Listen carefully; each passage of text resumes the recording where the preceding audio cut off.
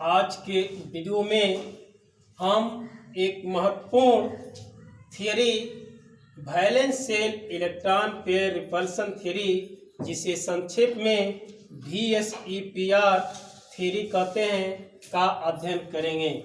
इस सिद्धांत का प्रतिपादन 1940 ईस्वी में सिडविक एंड पॉवेल ने किया और जिसमें संशोधन तथा उसका विस्तार 1957 ईस्वी में नाइहोम एंड गिलिप्सी ने दिया। और इस सिद्धांत का संदर्भ हम इस प्रकार ले सकते हैं कि किसी अणु की लेविस संरचनाएं जहां उसकी ज्यामिति के विषय में, आकृति के विषय में कोई व्याख्या नहीं देती है, वहीं VSEPR थियरी अणु की ज्यामिति के विषय में, उसके निर्धारण में एक कार्ययोजना या कार्यविधि या सिद्धांत देती है, जिसके आधार पर किसी भी अणु की ज्यामिति को हम प्रदर्शित करते हैं और उसकी ज्यामिति को जानते हैं। इस सिद्धांत के जो प्रमुख पोस्टुलेट है वो निम्न प्रकार है। प्रथम, कि अणु में केंद्रीय परमाणु के आसपास केंद्रीय परमाणु पर अनाबंधित और आबंधित दो प्रकार के इलेक्ट्रॉन युग्म हो सकते हैं। केंद्रीय परमाणु के आसपास अनाबंधित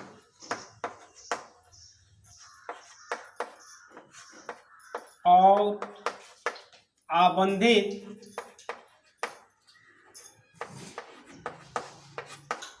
इलेक्ट्रॉन युग्म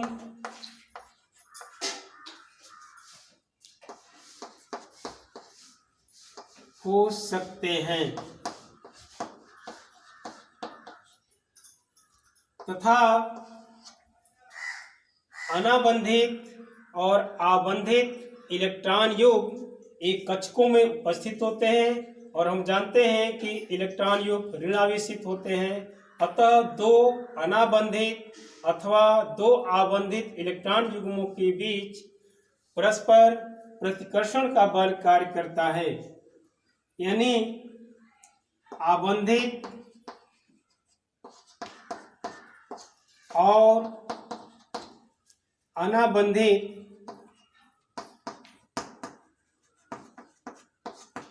इलेक्ट्रॉन युग्मों के मध्य परस्पर प्रतिकर्षण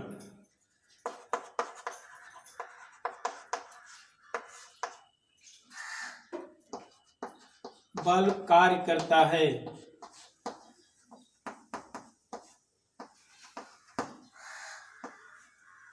तथा इस स्थिति में जो अनाबंधित और आबंधित इलेक्ट्रॉन युग्म है, इलेक्ट्रॉन युग्म युक्त जो कक्षक हैं, वे इस प्रकार व्यवस्थित होते हैं कि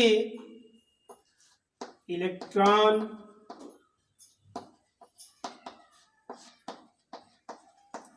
युग्म इस प्रकार त्रिविम में व्यवस्थित होते हैं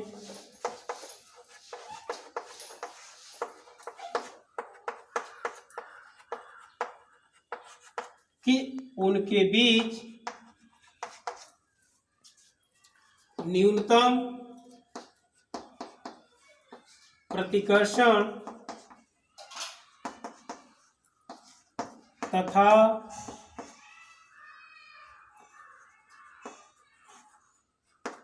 अधिकतम मध्य दूरी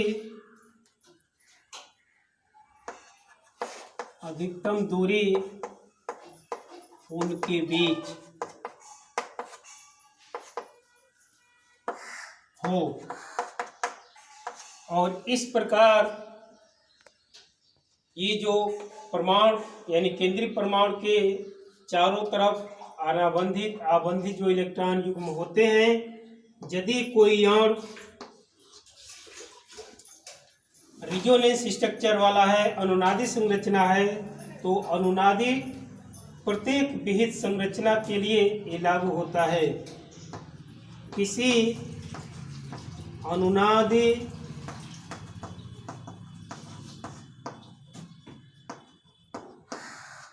अणु में प्रत्येक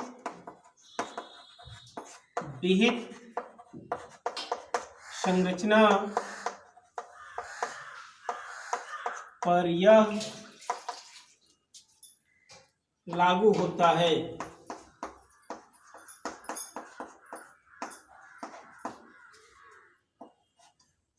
तथा जो फिफ्थ और महत्वपूर्ण है, इस सिद्धांत का जो मूल है वह है कि इलेक्ट्रॉन युग्मों के बीच जो प्रतिकर्षण है वह किस क्रम में होता है। इलेक्ट्रॉन युग्मों के बीच प्रतिकर्षण का मान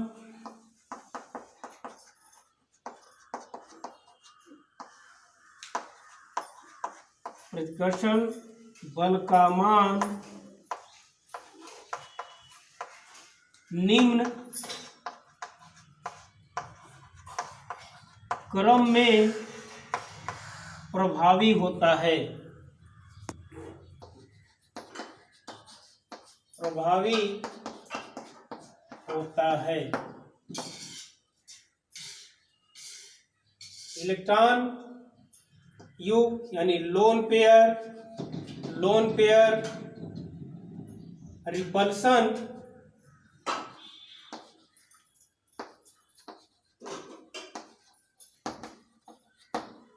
is greater than lone pair bond pair repulsion और lone pair bond pair repulsion is greater than bond pair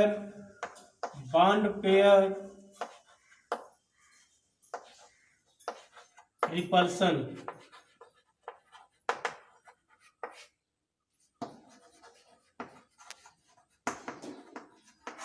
और इस आधार पर हम देख सकते हैं कि किसी केंद्रीय परमाणु के चारों तरफ यानी आसपास दो तरह के इलेक्ट्रॉन युग्म हो सकते हैं। जैसे उदाहरण के लिए हम जल का अणु लेते हैं, H2O में ऑक्सीजन केंद्रीय परमाणु और दो हाइड्रोजन परमाणु से जुड़े होते हैं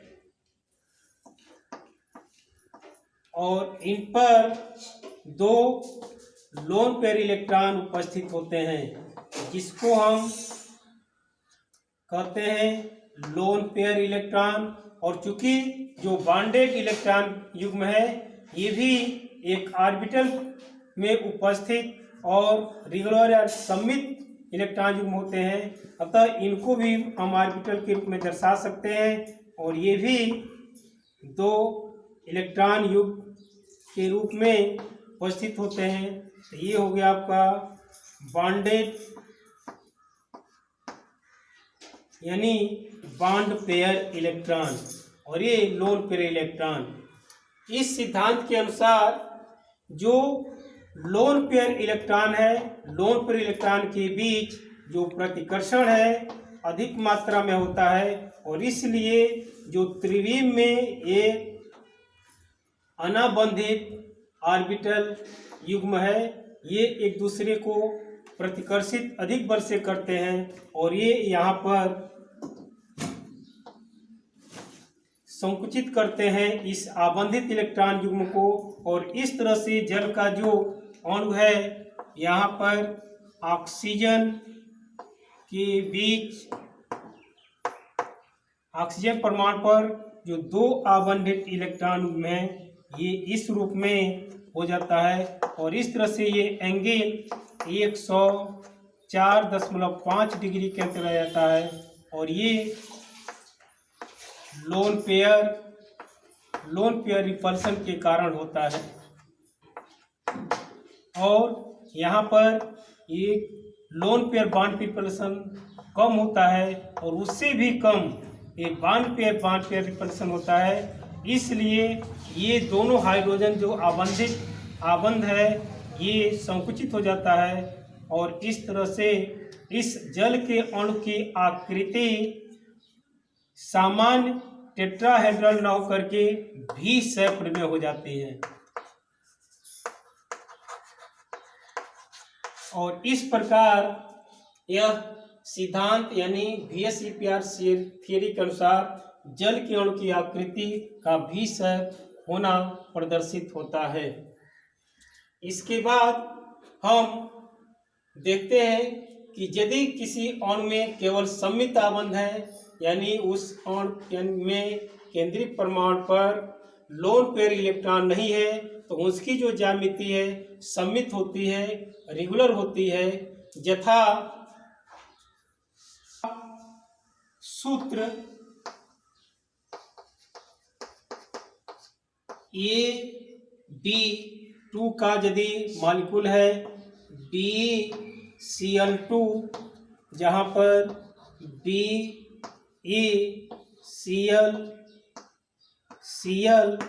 और यहाँ पर 180 डिग्री का एंगल बनता है और इस तरह से यह लीनियर होता है। इसी प्रकार CO2 इसी सिद्धांत के आधार पर यानी VSEPR थियरी के आधार पर ही हम CO2 को लीनियर के रूप में जानते हैं, न कि इस रूप में यानी एंगुलर के रूप में, क्योंकि इस पर जो है कोई अनाबंधित इलेक्ट्रॉन युग्म नहीं है और ये दोनों इलेक्ट्रॉन बॉन्ड पेयर हैं और इनमें प्रतिकर्षण ऐसे होता है कि दोनों एक सीधी रेखा के रूप में व्यवस्थित होते हैं। तो यहाँ भी 180 डिग्री का एंगल होता है। वहीं ये B3 यानी BCl3 या BF3 जैसे हम जिसकी त्रिकोणीय ज्यामिति होती है, सममित BF और इसके बीच जो एंगल है 120 डिग्री का बनता है। और इसी प्रकार ये भी त्रिकोणीय है या सम त्रिकोणीय। इसी प्रकार AB4 सूत्र के यदि ऐसे अणु जिसमें अनाबंधित इलेक्ट्रॉन नहीं है, इसका उदाहरण CH4 को हम ले सकते हैं और ये होता है टेट्राहेड्रल ट्राइगोनल प्लेनर त्रिकोणीय समतल और ये होता है चतुष्फलकी टेट्राहेड्रल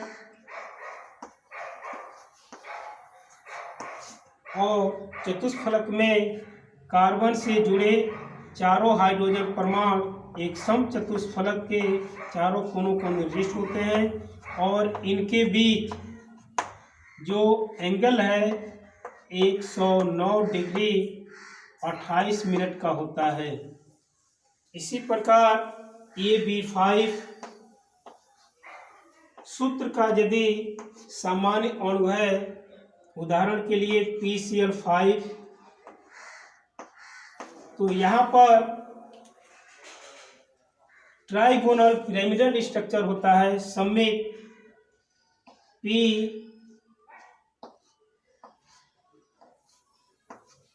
ट्राइगोनल पिरामिडल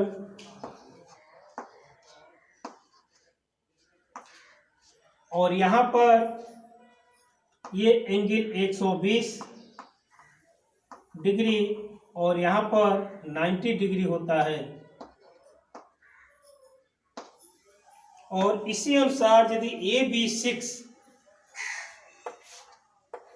AB6 सूत्र का यदि सममित अणु है उदाहरण के लिए SF6, तो यहाँ पर ऑक्टाहेड्रल या अष्टफल की आकृति बनती है, ऑक्टाहेड्रल। इसे हम इस रूप में देख सकते हैं,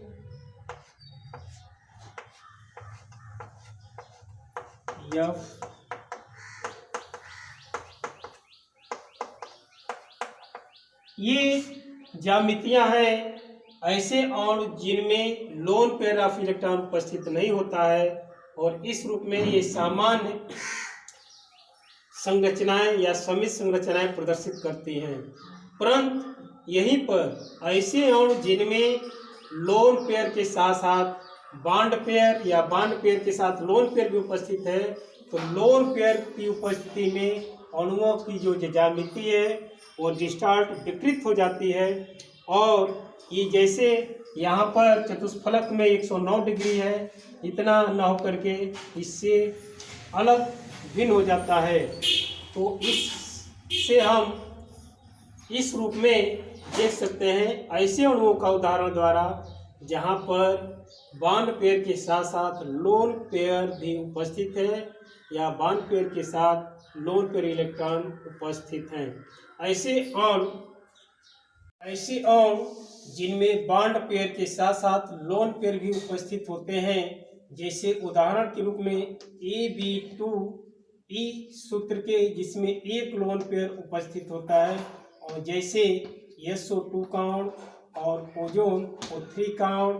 इसी प्रकार AB3 यानी 3 लोन पेयर और तीन बॉन्ड पेयर और एक लोन पेयर उपस्थित होता है, और इस तरह से अमोनिया का अणु जिसमें एक लोन पेयर उपस्थित होता है, और ठीक इसी प्रकार ऐसा अणु जिसमें केंद्रीय परमाणु पर 2 बॉन्ड पेयर और 2 लोन पेयर उपस्थित होता है, और ये है जल का अणु H2O। और इसी प्रकार एक ऐसा जिसमें 4 बॉन्ड पेयर और एक लोन पेयर उपस्थित होता है, एग्जाम्पल के रूप में SF4। और इसी तरह से AB3E2 यानी 3 बॉन्ड पेयर और 2 लोन पेयर उपस्थित होता है, एग्जाम्पल के रूप में ClF3।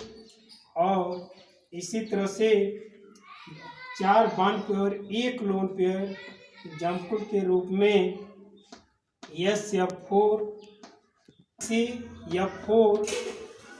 और ये B5E यानी,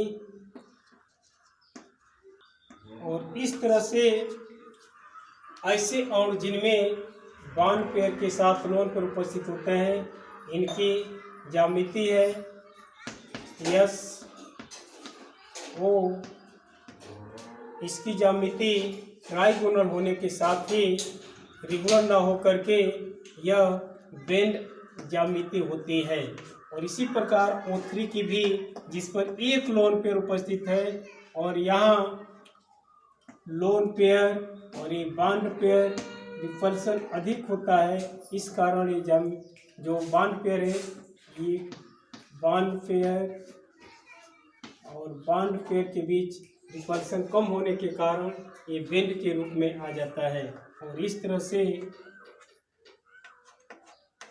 O3 अणु में भी ज्यामिति बेंड हो जाती है। इसी प्रकार अमोनिया जिसमें एक लोन पेयर उपस्थित है, इसकी ज्यामिति रेगुलर चतुष्फलकीय न होकर के यह पिरामिडल होती है, कारण कि इसमें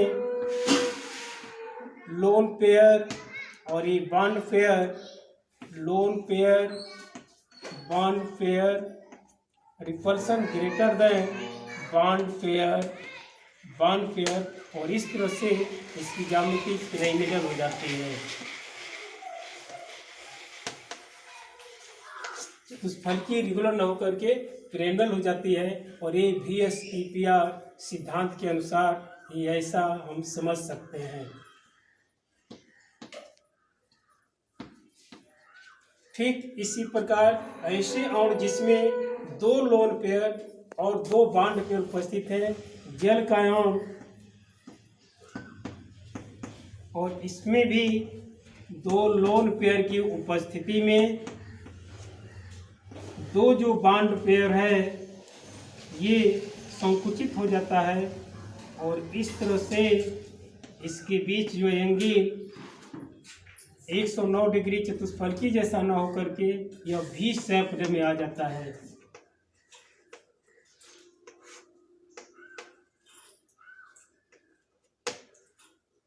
ये lone pair repulsion greater than lone pair bond pair, ये lone pair bond pair repulsion and ये बॉन्ड पेयर रिपल्सन। तो इस तरह से जल का अणु भी शेप में यह VSPR सिद्धांत के अनुसार ही ऐसा हम समझा सकते हैं कि ये भी शेप ज्यामिति क्यों होती है। इसी प्रकार AB4E यानी SF4 की ज्यामिति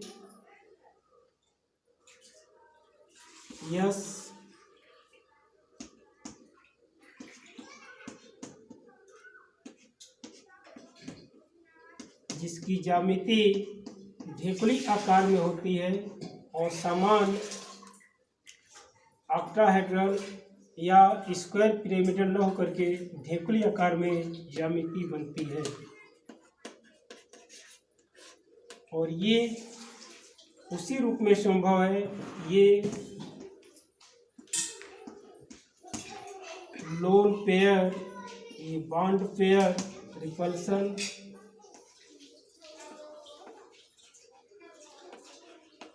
greater than bond pair repulsion VSEPR सिद्धांत के अनुसार।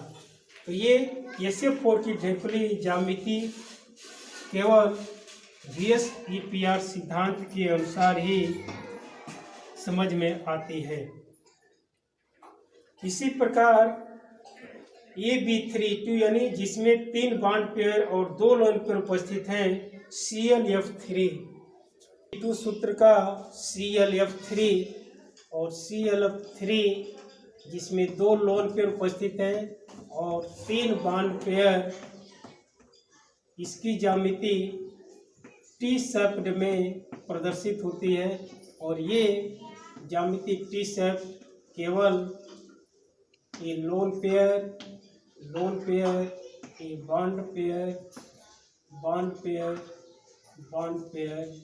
और यहाँ लोन पेयर और ये बॉन्ड पेयर रिपल्सन, और यहाँ भी lone pair bond pair repulsion, और ये lone pair repulsion greater than bond pair और bond pair repulsion is lower than lone pair bond pair. इस तरह से इसकी ज्यामिति टी शेप्ड प्रदर्शित होती है। इसके बाद XCF4 यानी AB4 संरचना के जिसमें XE के बाहरी कोश में 2 लोन पेयर उपस्थित हैं और 4 बॉन्ड पेयर।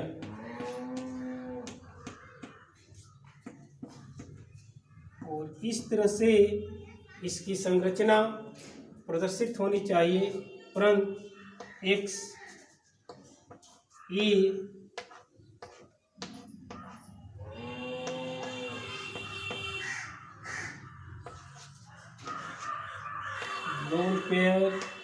लोन पेयर ज्यामिति स्क्वायर पिरामिडल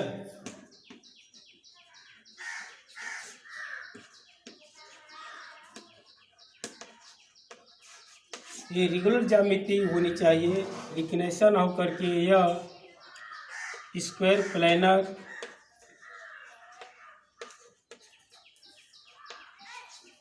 वर्ग समतली स्क्वायर प्लानर स्ट्रक्चर होता है। शेप्ड प्रदर्शित होता है। और इसी प्रकार अंत में ये B5 है जिसमें 5 बॉन्ड पेयर और 1 लोन पेयर उपस्थित है। BrF5 इसकी ज्यामिति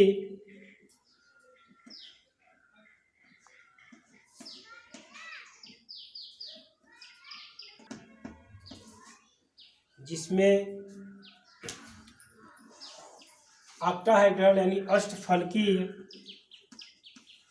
ज्यामिति होनी चाहिए, परंतु इसकी ज्यामिति स्क्वायर